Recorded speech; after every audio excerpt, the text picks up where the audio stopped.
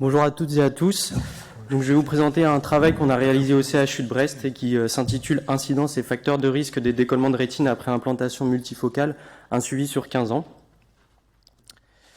En effet, la chirurgie du cristallin est devenue une chirurgie réfractive de la presbytie du fait du développement des optiques et des techniques chirurgicales. Mais celle-ci possède des risques chirurgicaux, notamment infectieux et rétiniens. On a donc essayé de répondre à cette question, comment encadrer au mieux cette chirurgie de confort afin de limiter les complications rétiniennes. Dans un premier temps, nous avons déterminé l'incidence et les facteurs de risque des décollements de rétine après implantation multifocale. Dans un deuxième temps, nous avons analysé la prise en charge et la récupération fonctionnelle de ces complications. C'est une étude observationnelle rétrospective monocentrique sur 1682 yeux opérés de cataracte avec implantation multifocale ou EDOF entre janvier 2006 et décembre 2020.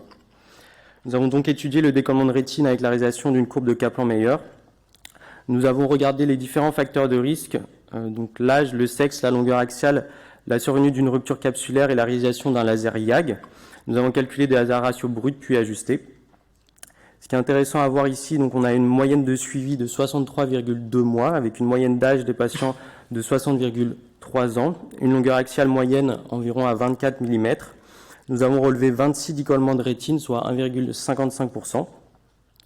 Dans notre population avec décollement de rétine, nous avons une moyenne d'âge significativement plus faible, avec donc un âge moyen à 56,77 ans, une longueur axiale moyenne significativement plus importante dans la population avec décollement de rétine à 25.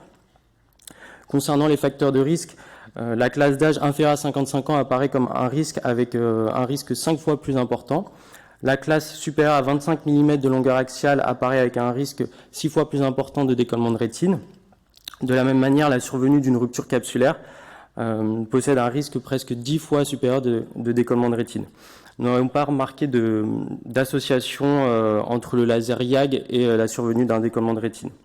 Pour illustrer mes propos, deux graphiques ici. Donc à gauche, la probabilité de décollement de rétine dans le temps en fonction de l'âge. Donc on voit bien que la classe de moins de 55 ans apparaît avec une probabilité plus importante. De la même manière, avec la classe de plus de 25 mm de longueur axiale, qui a une probabilité plus importante. Dans notre étude, nous avons retrouvé une incidence à 1,55% de décollement de rétine, ce qui est proche de la littérature, tout en sachant que notre moyenne d'âge donc retrouvée était beaucoup plus jeune que les cohortes habituellement étudiées dans les décollements de rétine après chirurgie de cataracte. L'âge jeune apparaît donc comme un facteur de risque sur la classe de moins de 55 ans avec un risque 5 fois plus important. De la même manière, la longueur axiale de plus de 25 mm avec un risque 6 fois plus important et la rupture capsulaire avec un risque presque 10 fois plus important de décollement de rétine.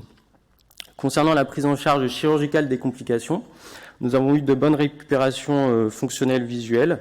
Nous n'avons pas noté de complications péropératoires et aucune explantation n'a été nécessaire. Quelques visualisations ont été parfois difficiles lors de la chirurgie, notamment en lien avec les distorsions.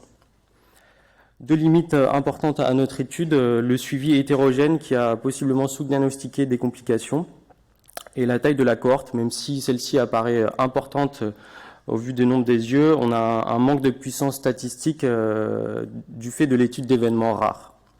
Pour aller plus loin, il serait intéressant d'étudier le décollement postérieur du vitré en pré- et en post-opératoire pour notre pratique future.